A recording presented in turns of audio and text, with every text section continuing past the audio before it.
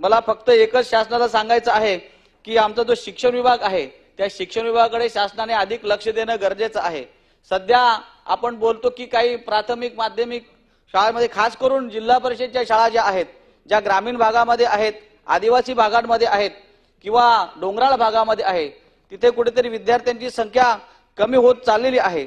त्याकडे विविध प्रकारच्या योजना आखणं गरजेचं आहे। शासन प्रयत्न करतोच, विविध प्रकारच्या सुविधा देण्याचा प्रयत्न करतो, पण सध्या शासनाने म्हणजे आपण पाहतो की ग्रामीण भागामध्ये आता सिंधुदुर्ग जिल्हा म्हटला की त्या ठिकाणचे जे नागरिक आहेत तिथे कमी प्रमाणामध्ये त्यांचं स्वतःचं घर असतं, परंतु राहायला मुंबईमध्ये असतो। त्यामुळे ऑटोमॅटिकली त्या ठिकाणी मुलांचं जे जन्माचा दर आहे तो ऑलरेडी कमीच झालेला आहे आणि त्या ठिकाणच्या शाळांवर त्याचा परिणाम होत चालला आहे। म्हणून शासनाला माझी विनंती राहणार आहे की अशा ग्रामीण भागात, डोंगराळ भागात असेल, आदिवासी भागामध्ये असेल, विद्यार्थ्यांच्या पटसंख्येचे निकष बदलणं गरजेचं। विक्रम काळे साहेब, आपण सातत्याने त्यावर बोलत आहोत। आताही आपण काल मी विनंती केली होती, लक्षवेधी सुद्धा त्या ठिकाणी आपण लावली होती की त्या ठिकाणी या भागातल्या रत्नागिरी असेल, सिंधुदुर्ग असेल, या ठिकाणची विद्यार्थ्यांची पटसंख्या कमी का होत आहे त्याचा अभ्यास करून त्या ठिकाणी आपल्याला पूर्वीचे निकष होते 10, 15 आणि 20 त्या निकषाप्रमाणे जर आपण संधी दिली तर त्या ठिकाणच्या शाळा टिकून राहतील। शिक्षकांचा मान सन्मान उंचावा म्हणून शासनाने टीआर सिम्बॉल लावण्यासाठी शिक्षकांना सन्मानित केलं आहे। आज प्रत्येक शिक्षक मानाने आपल्या नावासमोर जसं डॉक्टरच्या नावासमोर डीआर लावला होतो, इंजिनियरच्या नावासमोर इजी लावला होतो, तसं टीआर सिम्बॉल लावण्याची संधी शासनाने दिली आहे। त्यावेळेचे तत्कालीन शिक्षण मंत्री दीपकजी केसरकर साहेब यांनी हा प्रयत्न केला होता आणि त्यामुळे निश्चितपणे शिक्षकांचा मान सन्मान उंचावणार आहे। परंतु त्याबरोबर आता आम्ही सगळेजण भांडतोय टप्पा अनुदानासाठी। काळे साहेब, आपण सातत्याने भांडत आहोत की आम्ही नेहमी सांगत आलो आहोत की एकदा शिक्षक 20% आला की त्याला 100%वर 5 वर्षामध्ये आणणं गरजेचं आहे। त्याकरता सातत्याने शासनाने प्रयत्न केलेत। आम्ही पाहतोय की वेळोवेळी 20%, त्याचे 40%, त्याचे 60 आणि 80%वर त्या शाळा पोहोचणं गरजेचं आहे। आता पाहतो की शेतकरी आत्महत्या करतोय। आता त्या शेतकऱ्याच्या आत्महत्येच्या बरोबर आमच्या शिक्षकांनी सुद्धा आपण पाहिलंय की 4 दिवसापूर्वी आत्महत्या केली आहे आणि काल सुद्धा अनेक शिक्षकांनी आम्हाला SMS करून सांगितले की आम्ही आत्मदहन करत आहोत।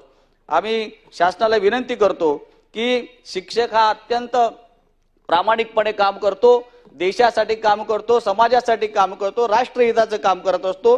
त्या शिक्षकाचं जर पोट भरलं असेल तर मला असं वाटतं तो चांगल्या पद्धतीमध्ये शाळेमध्ये काम करू शकतो आणि शैक्षणिक गुणवत्ता वाढवण्यासाठी त्याला काही गरज नाही आझाद मैदानावर येऊन बसण्याची किंवा कोणत्याच प्रकारचं आंदोलन करण्याची, पण लक्ष देणं गरजेचं आहे। म्हणून माझी विनंती राहणार आहे शासनाला की आम्ही परवा 4-5 दिवसापासून सातत्याने आपल्याला सांगत आहोत की जो काय टप्पावाढसाठी असेल, अघोषित शाळा असतील किंवा त्रुटीपूर्तता शाळा असतील, त्यांना जो निधी परावर्तित करायचा आहे तो निधी जर परावर्तित केला तर टप्पा अनुदानासाठी काढला तो 14 ऑक्टोबरचा शासन आदेश आहे, त्या शासन आदेशामध्ये आपण अनुदान देऊ शकतो आणि शिक्षकांना दिलासा देऊ शकतो। माझी शासनाला विनंती आहे की खूप शिक्षकांनी कालपासून आम्हा सगळ्या आमदारांना तसं कळवलं की आम्ही आत्मदहन करणार आहोत, कदाचित ही दुर्घटना होऊ शकते। त्याकरता सभापती महोदय आपण लक्ष द्यावं आणि निश्चितपणे आपण ते लक्ष देऊन काम करावं। शिक्षणामध्ये शासनाने खूप चांगलं काम केलेलं आहे। मागच्या वर्षी माननीय मुख्यमंत्री त्यावेळचे आमचे तत्कालीन एकनाथजी शिंदे साहेब, उपमुख्यमंत्री त्यावेळेला देवेंद्र फडणवीस साहेब आता मुख्यमंत्री आहेत आणि दीपकभाई केसरकर यांनी खूप चांगलं काम केलं होतं। विद्यार्थ्यांची शिष्यवृत्ती वाढवली, तासिका तत्वावरील शिक्षकांचं मानधन वाढवलं होतं।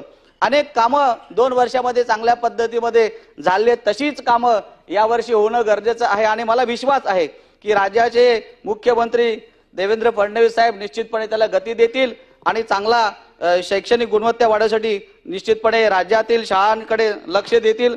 अनेक शाळा ज्या बंद पडत चालल्या आहेत त्यावरती लक्ष देणं गरजेचं आहे।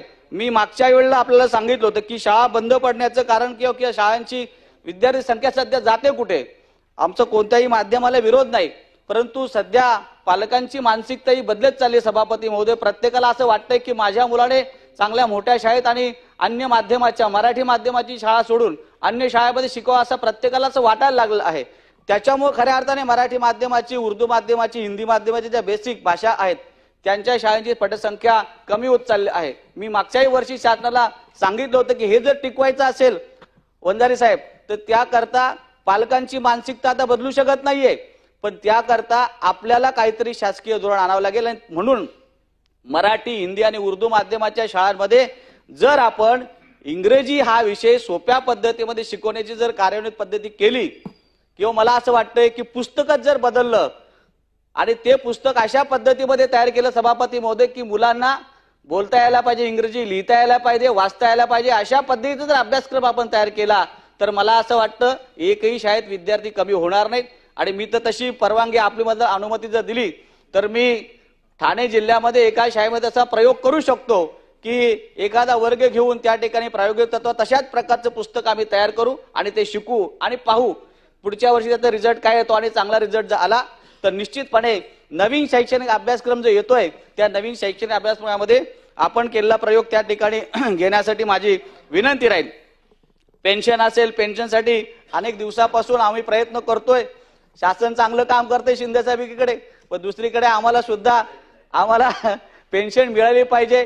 गव्हर्नमेंटचे जे शासकीय अधिकारी आहेत, या शासकीय अधिकाऱ्यांची नियुक्ती दिनांक ही 1 नोव्हेंबर 2005 पूर्वीची नाहीये, नुसती जाहिरात आहे. तरी सभापती महोदय त्या लोकांना त्यांच्या जाहिरातीचा दिनांक बदलून जुनी पेन्शन दिली आहे. पण आमचे शिक्षक 2005 पूर्वीचे पण आहेत, त्यांची जाहिरात सुद्धा 2005 पूर्वीची आहे. अशा 26,000 लोकांना पेन्शन पासून वंचित ठेवलं आहे.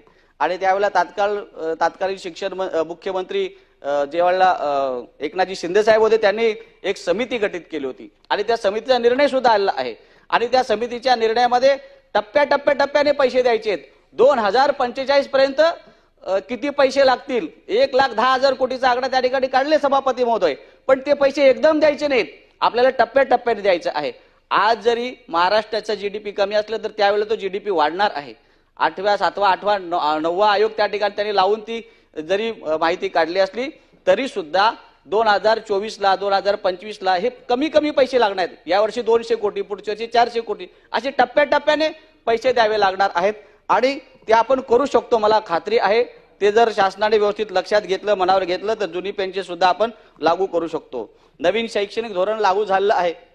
या नवीन शैक्षणिक धोरणामध्ये कोणकोणत्या योजना आखल्या पाहिजेत, काय काय केलं पाहिजे याकरता प्रयत्न करणं गरजेचं आहे. कालच आमच्या शिक्षण मंत्री महोदयांनी असं सांगितलं की सीबीएसई पॅटर्न या ठिकाणी होतोय. आत्ताच मला काही रिपोर्टर लोकांनी विचारले की सीबीएसई पॅटर्न करताय, खूप चांगलं आहे. मराठी, हिंदी, इंग्रजी वगैरे हे सगळे विषय कॉमन राहतील, पण इतिहास आणि भूगोलाचं काय होणार? इतिहासामध्ये महाराष्ट्राचा इतिहास त्या पुस्तकामध्ये येणं गरजेचं. सभापती म्हणजे आपल्या माध्यमातून शासनाला विनंती आहे की देशाचा इतिहास तर यावा, पण त्यामध्ये महाराष्ट्राच्या इतिहासामध्ये छत्रपती शिवाजी महाराज, छत्रपती संभाजी महाराज, तारा राणी, लक्ष्मीबाई या सगळ्यांचा इतिहास येणं गरजेचं आहे. याकरता प्रयत्न केला पाहिजे. आपल्या आजूबाजूचा भूगोल आहे तो सुद्धा त्याच्यामध्ये येणं गरजेचं आहे. याकरता हे सगळं करताना त्याच्यावर पुनर्विचार करावा की त्या इतिहास आणि भूगोलामध्ये आपला इथला इतिहास येणं गरजेचं आहे. सभापती महोदय, शासन चांगलं काम करत आहे. शेतकरी असतील, तरुण असतील, बेरोजगार असतील, यांना सगळ्यांना न्याय देण्याचं काम शासन करत आहे. पण निश्चितपणे या सगळ्या गोष्टी करत असताना आरोग्य आणि शिक्षण या सगळ्या गोष्टीला महत्त्व देणं गरजेचं आहे. आपल्या माध्यमातून मी शासनाला विनंती करेन की शाळा असतील, शिक्षक असतील, संस्था असतील यांच्यावर निश्चितपणे लक्ष देऊन चांगलं काम करावं आणि शासनाने निश्चित करतील. मला आत्मविश्वास आहे की आमच्या अनुदानाचा प्रश्न माननीय